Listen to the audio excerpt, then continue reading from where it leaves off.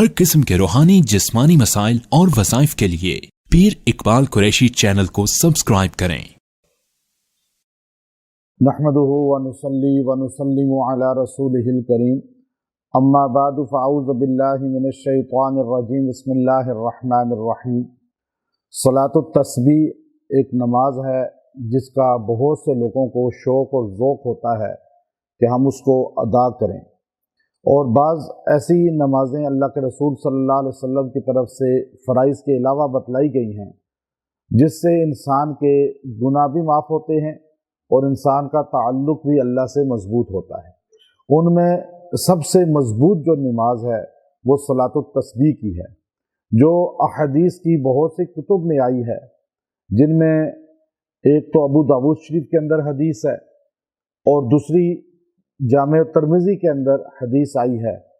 अब ये सियाह सित्ता की दो बड़ी किताबें हैं और इनके अंदर बाकायदा बाब तस्बीह के नाम से नकल फरमाए गए हैं और बांधे गए हैं।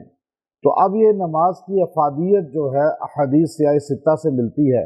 बाज़ लोग इश्काल करते हैं, लेकिन अगर किसी का सबूत हदीस से मिलता हो और फिर ज़ईफ़ दर्जे की भी हदीसें हों, लेकिन जब वो कसरत के साथ और बहुत ज़्यादा तादाद के साथ अमल में आई हों और बयान की गई हों, तो फिर वो हसन के दर्जे तक पहुंच जाती है।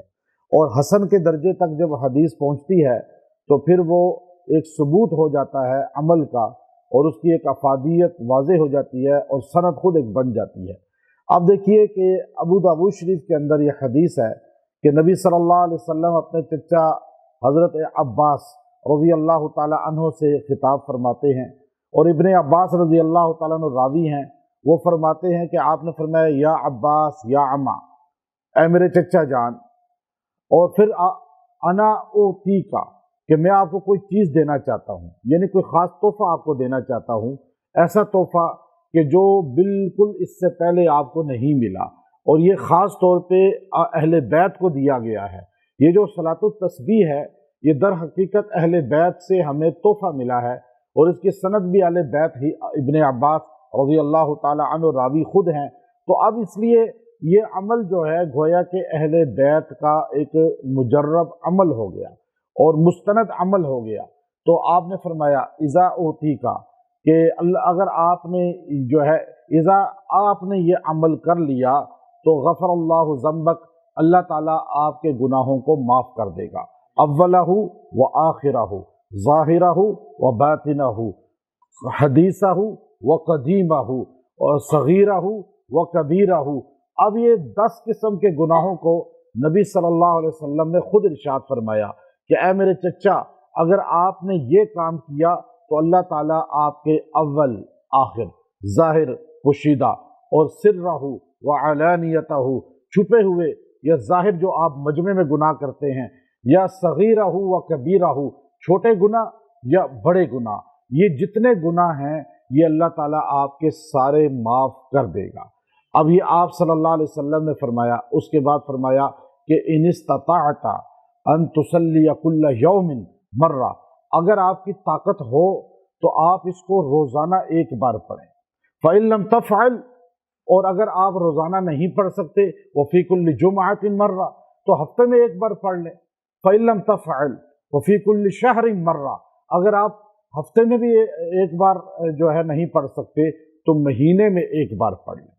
फ़इन लम तफ़अल वफ़ी कुल्ल सनतिन मर्रा, और अगर महीने में नहीं पढ़ सकते तो साल में एक बार पढ़ लें। फ़इन लम तफ़अल वफ़ी उम्र का मर्रा, अगर आप साल में भी नहीं पढ़ सकते तो ज़िंदगी में एक बार पढ़ लें। अब देखिए आप सल्लल्लाहु अलैहि वसल्लम खुद अपने चचा को बता रहे हैं, लेकिन यहाँ एक बात हमें समझ आती है कि अल्लाह के रसूल सल्लल्लाहु अलैहि वसल्लम जब ये हदीस अपने चचा को, यानी ये तरीका बता रहे हैं और ये अमल सिखला रहे हैं और तरीका भी पूरा बता रहे हैं, तो आप सल्लल्लाहु अलैहि वसल्लम अपने अहले बैत से चूँकि एक मोहब्बत करते थे, तो आपकी ख्वाहिश थी कि मेरे चचा या चचा की निस्बत से जितने लोग सुनेंगे उनके भी अल्लाह गुनाहों को माफ़ कर दे। तो ये गुनाहों की माफ़ी का एक ज़रिया है। बाज़ लोग कहते हैं ये कैसे हो सकता है, कुछ उलमा ने इस पर इश्काल किया कि अल्लाह सगीरा कबीरा। तो आप जब कोई बंदा भी सलातुत तस्बीह की नियत करेगा, मर्द या औरत, तो लाजमी बात है وہ نماز پڑھے گا، نماز میں الفاظ بھی استغفار کے ہیں، پھر اس کے بعد بھی وہ استغفار لازمی کرے گا، اور جب توبہ استغفار کی جاتی ہے تو گناہ ویسے ہی معاف ہو جاتے ہیں، تو اس لیے اس کے اندر ہر چیز داخل ہے۔ پھر دوسری روایت ہے ترمذی شریف کے اندر، عبداللہ ابن مبارک رحمۃ اللہ علیہ بھی نقل فرماتے ہیں، راوی اس میں ہے۔ تو یہ جو ترمذی شریف میں تھوڑا سا چینج ہے طریقہ، لیکن ہیں الفاظ اتنے ہی کہ آپ نے تیسرا کلمہ بتایا کہ یہ جو تیسرا کلمہ ہے سبحان اللہ، الحمدللہ، لا الہ الا اللہ، اللہ اکبر۔ اب بخاری شریف اور مسلم شریف میں ہے کہ نبی صلی اللہ علیہ وسلم نے اپنی محبوب بیٹی سیدہ فاطمہ رضی اللہ تعالی عنہا کو یہ تحفہ عطا فرمایا تھا، اور فرمایا تھا کہ ہر نماز کے بعد یہ پڑھا کرو۔ وہ 33 بار ہے سبحان اللہ، الحمدللہ اور اللہ اکبر، اور آخر میں ہے لا الہ الا اللہ وحدہ لا شریک، ایک مرتبہ 100 پوری تعداد کی جاتی ہے۔ تو اب یہاں پر جو آپ یہ دیکھیے کہ وہ الفاظ آپ نے فرمایا بخاری مسلم میں ہے کہ دنیا میں سب سے بہترین الفاظ ہیں یہ، یعنی سب سے بہترین۔ پھر دوسری روایت ام ہانی رضی اللہ تعالیٰ کی ہے کہ آپ نے عطا فرمائی ان کو، انہوں نے کہا میں بوڑھی ہو گئی ہوں، زیادہ پڑھ نہیں سکتی، آسان لفظ بتا دیں۔ حضور نے ان کو یہی الفاظ 100 مرتبہ بتائے تھے۔ تو پتہ چلا کہ یہ الفاظ بہت طاقتور ہیں، اور اللہ رب العزت نے اس میں طاقت رکھی ہے، فضیلت رکھی ہے کہ اپنی بیٹی سیدہ فاطمہ رضی اللہ تعالی عنہا کو نبی صلی اللہ علیہ وسلم نے باقاعدہ یہ تحفتاً فرمایا۔ صلاۃ جو ہم تسبیحات فاطمہ پڑھتے ہیں ہر نماز کے بعد، وہ آپ صلی اللہ علیہ وسلم کا ان کا دیا ہوا ایک تحفہ تھا۔ تو وہاں اس تحفے کو، جو بیٹی کو دیا ہوا تحفہ تھا، اس کو چچا کو جو نماز بتائی اس میں جمع کر دیا، گویا کہ دونوں طرف سے یہ ایک نماز بھی اہل بیت کو تحفہ ملا، اور الفاظ بھی اہل بیت کے تحفے ہی کے ہیں، یعنی نبی صلی اللہ علیہ وسلم کے گھرانے کے ہیں۔ ہم تو یہ جملہ ویسے ہی کہتے ہیں، زمانے بھر میں جو بٹ رہا ہے تیرے گھر کا اناج زہرا، یعنی اللہ نے اس گھرانے کے اناج کو، ہمیں جو دین ملا ہے، جو کچھ ملا ہے، انہی کے گھرانے سے ملا ہے۔ تو اب یہ دیکھیے صلاۃ التسبیح کا جو طریقہ ہے، ایک ترمذی شریف میں ہے اور ایک ابو داؤد شریف میں، بس فرق یہ ہے کہ الفاظ اتنے ہی ہیں، تعداد اتنی ہی ہے، لیکن یہاں ثنا کے بعد پڑھنی ہے ابو داؤد شریف میں، اور وہاں پر جو ہے ثنا کے بعد سورہ، اور سورہ کے بعد سورہ فاتحہ اور قل هو اللہ پڑھنے کے بعد پڑھنی ہے، اور آخر میں جو ہے کھڑے ہونے سے پہلے پھر 10 بار پڑھ لیں۔